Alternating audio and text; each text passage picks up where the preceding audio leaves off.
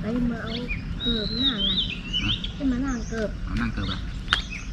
โอเคนั่งเกิบเอาก็ได้ไหมไม่อย่างอ่ะเมื่อเขากินนมเสร็จแล้วเขาต้องพับนี่นะเพื่อเป็นการย่อขยะให้มันเล็กลงก็ขยะมันมีที่อยู่นะ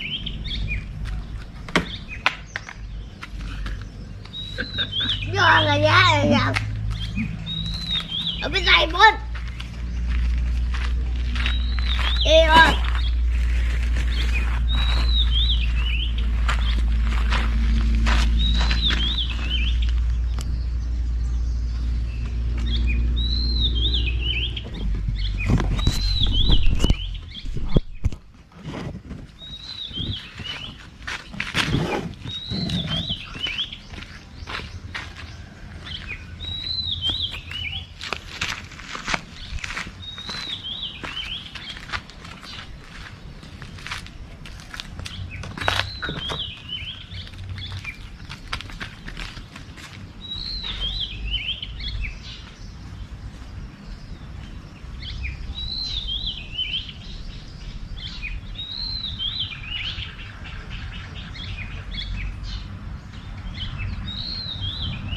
เดี๋ยว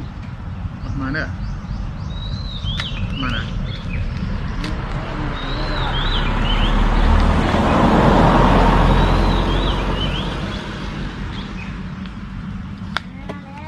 อันนี้คือทะเลที่เรากำลังเล่นอยู่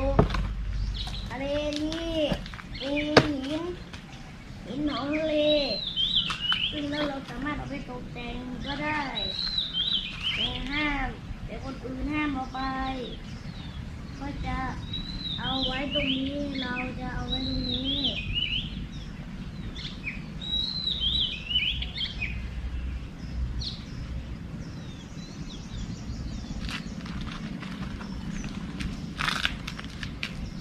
อย่างครับ